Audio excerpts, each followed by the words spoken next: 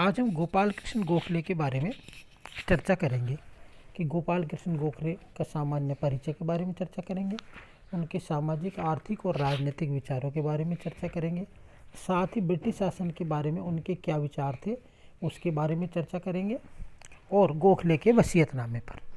सबसे पहले हम देखेंगे इनका जीवन परिचय और कृतियाँ। गोपाल कृष्ण गोखले आधुनिक भारत के ऐसे सर्वश्रेष्ठ उदारवादी नेता थे जिन्होंने देश सेवा के लिए राजनीति को कर्तव्य भावना के साथ अपनाया और अपने विचारों से तत्कालीन उदारवादी कांग्रेस के चिंतन एवं कार्यक्रम के साथ ही तत्कालीन भारत के संवैधानिक विकास को अत्यधिक प्रभावित किया। इनका जन्म महाराष्ट्र के रत्नागिरी जिले के कोटलक नामक ग्राम में 9 मई 1866 को एक चिंता पावन ब्राह्मण परिवार में हुआ। इनके पिता का नाम कृष्णराव तथा माता का नाम सत्यभामा था। कृष्णराव कोल्हापुर की देसी रियासत के कागल नामक स्थान पर क्लर्क थे।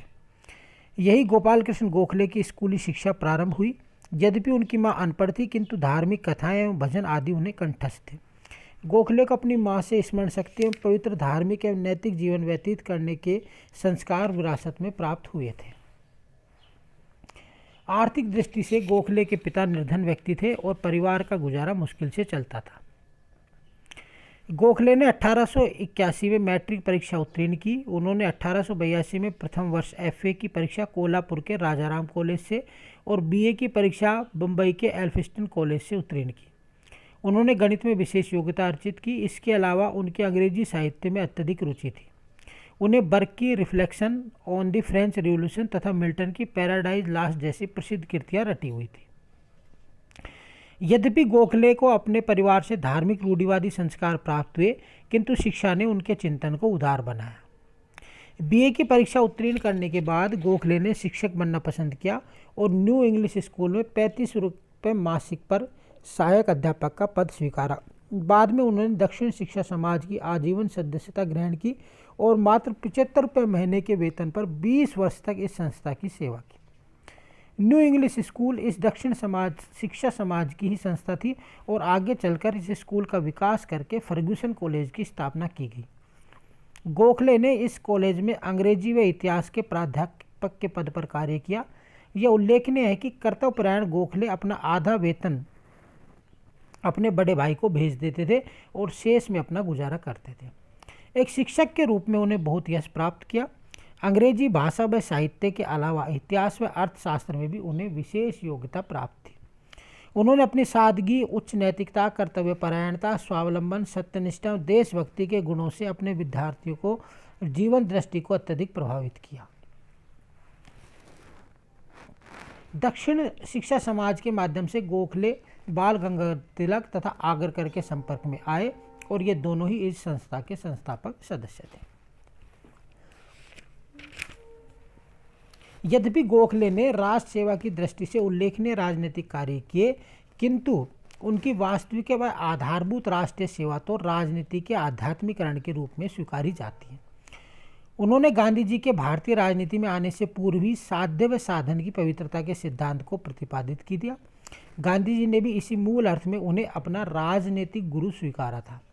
इस दृष्टि से 12 जून 1905 को गोखले द्वारा स्थापित भारत सेवक समाज सर्वेंट्स ऑफ इंडियन सोसाइटी का अत्यधिक महत्व है। गोखले को उनके आलोचक जो हैं वो एक दुर्बल हृदय उदारवादी नेता किंतु गोखले की शासन के भारतीयकरण की मांग से आशंकित ब्रिटिश नौकरशाही उन्हें छुपा हुआ राजद्रोही मानती थी। ब्रिटिश सरकार ने उन्हें नाइटहुड की उपाधि से सम्मानित करना चाहा किंतु उन्होंने इसे अस्वीकार कर दिया और इसी प्रकार भारतीय मंत्रिपरिषद की सदस्यता के प्रस्ताव से भी असहमति उन्होंने प्रकट की। अब हम देखेंगे गोखले के राजनीतिक विचार।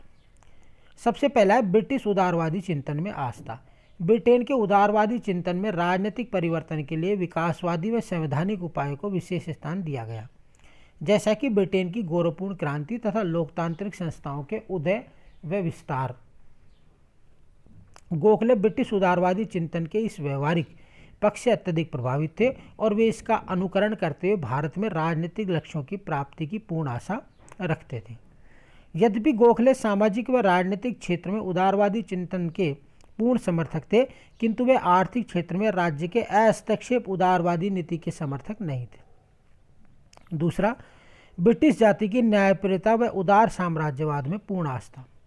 अन्य उदारवादी भारतीय नेताओं की तरह ही गोखले ने भी ब्रिटिश जाति के उदारवादी चिंतन तथा उसके संवैधानिक सुधारों के इतिहास को उसकी न्यायप्रियता के प्रमाण के रूप में स्वीकारा। ब्रिटेन ने कनाडा, न्यूजीलैंड तथा ऑस्ट्रेलिया के अपने उपनिवेशों में जिस तरह से क्रमिक संवैधानिक सुधारों के द्वारा प्रशासन का लोकतंत्र किया था और वह औपनिवेशिक स्वराज्य की स्थापना की थी, उसे भी गोखले ब्रिटिश जाति की न्यायप्रियता के साथ ही उसकी उदार साम्राज्यवादी व्यवस्था में भी आस्था उत्पन्न हुई। गोखले ब्रिटिश शासन की प्रशंसा करते थे और इसके अंतर्गत ही वे भारत के उज्जवल भविष्य की कामना करते थे। वे ब्रिटिश राज्य को भारत के लिए ईश्वरीय वरदान मानते थे। उनका मत था कि ब्रिटिश राज्य के माध्यम से ही भारत में आधुनिक राष्ट्रीय चेतना तथा लोकतांत्रिक विचारों की शुरुआत हुई है। ब्रिटिश शासन का लक्ष्य इंग्लैंड का लाभ नहीं अपितु भारत का एक नैतिक व भौतिक कल्याण था। अंग्रेज भारत में एक शासक जाति नहीं बनना चाहते थे। वे भारत की जनता की इस प्रकार सहायता करना चाहते थे कि वे दृढ़ता से समानता की स्थिति की ओर बढ़ सके। तीसरा है साम्राज्यवाद के अंतर्गत स्वशासन की कामना।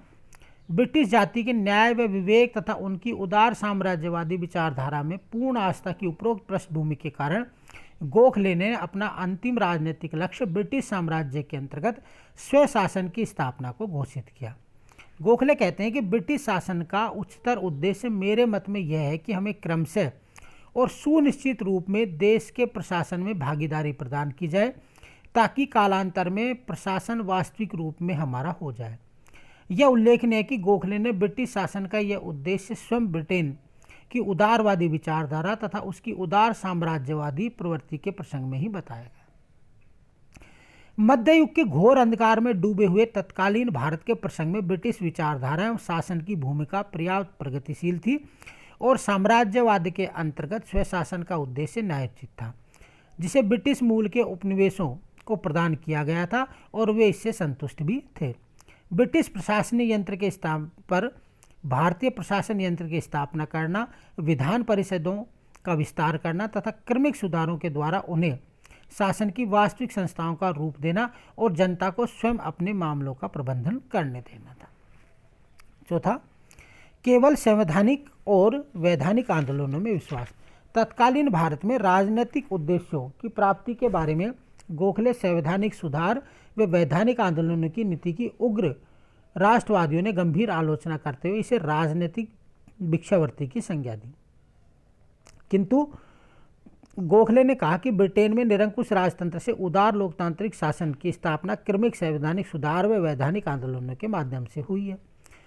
ब्रिटेन द्वारा समय समय पर की गई घोषणाएं व संकल्प उनके द्वारा बनाए गए 1861 व 1892 के भारत परिषद अधिनियमों से ये स्पष्ट था कि वे भारत में भी क्रमिक संवैधानिक सुधारों की नीति के द्वारा भारतीय जनता की राजनीतिक आकांक्षाओं की पूर्ति के लिए प्रतिबद्ध। गोखले ब्रिटिश राज को भारत के हित में मानते थे और ब्रिटेन के साथ घनिष्ठ संपर्क के समर्थक थे और इसे वे नैतिक आग्रह कहते थे।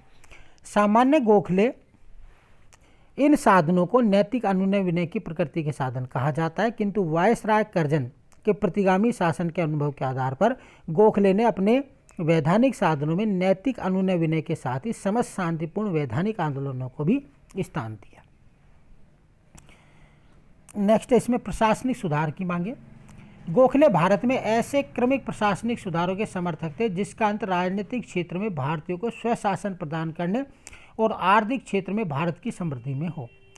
भारत मंत्री की परिषद, वायसराय की कार्यप्रणाली और कार्यपालिका, बंबई व मद्रास के गवर्नरों की कार्यपालिका, भारत की सर्वोच्च इंपीरियल विधान परिषद तथा प्रांतों की विधान परिषदों की सदस्यता में वृद्धि करके भारत के प्रतिनिधित्व में वृद्धि की जाए।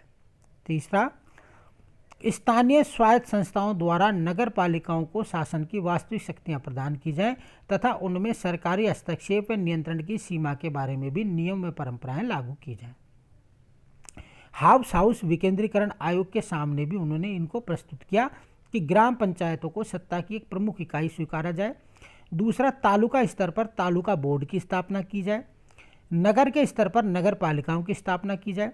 जिला स्तर पर जिला परिषदों की स्थापना की जाए।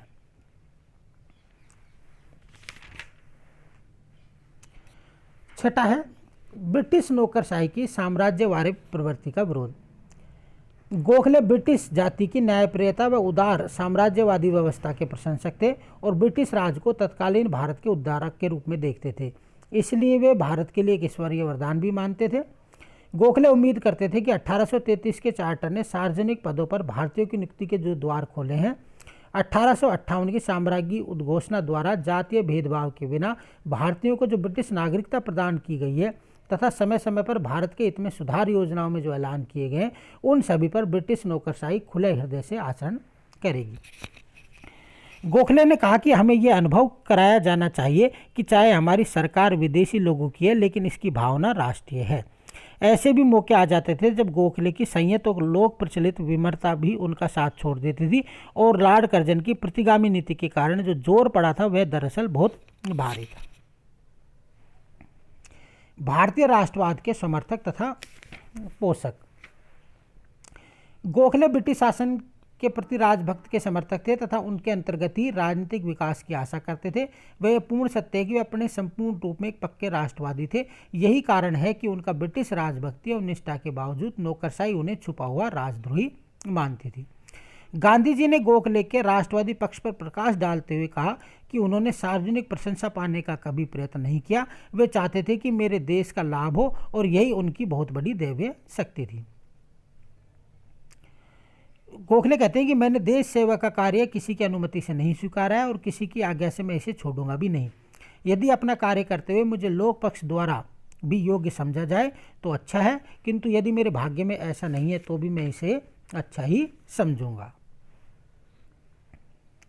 सामाजिक व सांप्रदायिक सद्भाव राष्ट्रवाद की अनिवार्य शर्त है। गोखले कहते हैं कि देश की समस्या अत्यंत कठिन है। शायद अन्य किसी देश के सामने ऐसी गंभीर समस्याएं नहीं आती होंगी। देश में अनगिनत विभाजन है। लगभग सभी देशवासी अशिक्षित हैं और रूढ़िवादी संस्कारों से इतने प्रभावित हैं कि उन्हें किसी भी प्रकार के सामाजिक परिवर्तन के लिए तैयार करना बहुत मुश्किल है। गोखले के लिए राष्ट्र निर्माण का कार्य एक पवित्र रचनात्मक कार्य था और इसके लिए वे आवश्यक मानते थे कि विभिन्न जातियों और संप्रदायों के बीच राष्ट्रीय दृष्टिकोण का विकास किया जाए। गोखले कहते हैं कि यह भारतीय राजनीति का एक आधारभूत सत्य है कि एक राष्ट्र के रूप में भारत का तब तक कोई भविष्य नहीं हो सकता जब तक कि सभी सार्वजनिक मामलों में दो बड़े समुदाय हिंदू व मुसलमानों के बीच पारस्परिक सहयोग की भावना स्थायी रूप धारण नहीं कर लेती है। नेक्स्ट है स्वदेशी का समर्थन और बहिष्कार का विरोध। गोखले स्वदेशी आंदोलन के समर्थक थे किंतु बहिष्कार आंदोलन से असीमित थे। गोखले ने कहा कि सच्चा स्वदेशी आंदोलन देशभक्ति का प्रतीक है। स्वदेशी में निहित अपने देश का विचार उन महान विचारकों में से एक है जिन्हें सदैव ही मानवता के हृदय को प्रोत्साहित किया है। स्वदेशी में सर्वोच्च रूप में मौजूद मातृभूमि के प्रति निष्ठा का विचार इतना गहरा और उत्तेजनात्मक प्रभाव डालता है कि उसके स्मरण मात्र से ही हृदय पुलकित हो जाता है। यह लोगों के चिंतन को देश की ओर मोड़ता है, उन्हें देश हित में स्वेच्छापूर्ण त्याग एवं बलिदान करने की प्रेरणा देता है, उन्हें देश के आर्थिक विकास में रुचि लेने की योग्यता व क्षमता प्रदान करता है तथा उन्हें राष्ट्रीय उद्देश्य की प्राप्ति के लिए एक दूसरे के साथ सहयोग करने का महत्वपूर्ण पाठ पढ़ाता है। वे स्वदेशी आंदोलन के एक अंग के रूप में बहिष्कार आंदोलन के उस उग्र रूप के विरोधी थे जिस पर उग्र राष्ट्रवादी नेता अत्यधिक बल देते थे। गोखले संवैधानिक दृष्टि से बहिष्कार को एक शस्त्र मानने के तो विरोधी थे ही, वे इसे तत्कालीन परिस्थितियों में एक ऐसी अव्यावहारिक नीति भी मानते थे जिसका असफल होना निश्चित था। लास्ट है राजनीति का आध्यात्मिकरण। गोखले का राजनीति के प्रति दृष्टिकोण धर्म एवं नैतिकता के मानवीय मूल्यों पर आधारित था। उनके लिए राजनीति आत्मिक उत्थान एवं देश सेवा का एक साधन थी। गोखले का निश्चित मत था कि राजनीति का आधार केवल नैतिकता ही हो सकता है, अर्थात वे राजनीति के आध्यात्मिकरण के पक्ष में थे। उन्होंने राजनीति को पवित्र साध्यों का क्षेत्र माना और बताया कि यह पवित्र नैतिक साध्यों की प्राप्ति के लिए केवल पवित्र साधन ही अपनाए जाने चाहिए। इस प्रकार उन्होंने सार्वजनिक जीवन में नैतिक मूल्यों के पालन को आवश्यक माना। अब राजनीति में अनैतिक साधनों का प्रयोग किया जाता है जो सार्वजनिक जीवन में नैतिक मूल्यों का पतन होता है। गोखले राजनीति के आध्यात्मिकरण की परंपरा को स्थायी रूप देने के लिए 12 जून 1905 में भारत सेवक समाज की स्थापना की और इस संस्था के माध्यम से उन्होंने राष्ट्र भक्तों की एक ऐसी पीढ़ी तैयार करने की चेष्टा की जो धार्मिक भावना तथा संवैधानिक मार्ग से राष्ट्र सेवा के लिए तत्पर हो, जो धन लिप्सा से दूर रहकर त्याग, धैर्य व आस्थापूर्वक सार्वजनिक जीवन के कष्टों को सहन करने के लिए तैयार हो। पट्टाभी सीतारामैया कहते हैं कि गोखले का एक बहुत बड़ा रचनात्मक काम है भारत सेवक समिति। ये एक ऐसे राजनीतिक कार्यकर्ताओं की एक संस्था है जिन्होंने कि नाम मात्र के वेतन पर मातृभूमि की सेवा करने का प्रयत्न लिया है या प्रण लिया है। उनके बाद श्रीमती एनी बेसेंट ने भारत के पुत्र सन्स ऑफ इंडिया नामक संस्था खड़ी की और उसके बाद गांधी जी के आश्रम वासियों और आश्रमों का नंबर आता है। वस्तुतः गांधी जी ने राजनीति के आध्यात्मिकरण की प्रेरणा गोखले से ही प्राप्त की और इसी अर्थ में गांधी जी ने उन्हें अपना राजनीतिक गुरु स्वीकार किया। गांधी जी के शब्दों में, महात्मा गोखले ने मुझे इस बात की शिक्षा दी कि प्रत्येक ऐसे भारतवासी जो अपने देश प्रेम का दावा करते हो, देश के राजनीतिक जीवन व राजनीतिक संस्थाओं का आध्यात्मिक करना चाहिए। इस प्रकार इस अध्याय में हमने गोखले के सामान्य जीवन परिचय के बारे में चर्चा की और उसके साथ साथ ही हमने उनके राजनीतिक विचारों के बारे में भी अध्ययन करने की कोशिश की, जिसमें जो निष्कर्ष निकल कर आया वे आया कि उन्होंने कहा कि जो ब्रिटिश राजनीतिक व्यवस्था है उसमें विश्वास रखते हुए हमें पहले क्रम से धीरे धीरे स्वशासन की प्राप्ति करनी होगी और जब हम स्वशासन में सफल हो जाएं तो उसके बाद हमें स्वराज की प्राप्ति के लिए प्रयत्न करना चाहिए। लेकिन इसमें हमें हिंसा से काम नहीं लेना पड़ेगा, बल्कि हिंसा के स्थान पर हमें अहिंसा और उसके साथ साथ ही कहीं ना कहीं ब्रिटिश साम्राज्य का समर्थन प्राप्त कर कर उनको प्रभावित कर कर उनके सामने अपनी बातों को रखकर हम स्वराज की प्राप्ति कर सकते हैं। Thank you.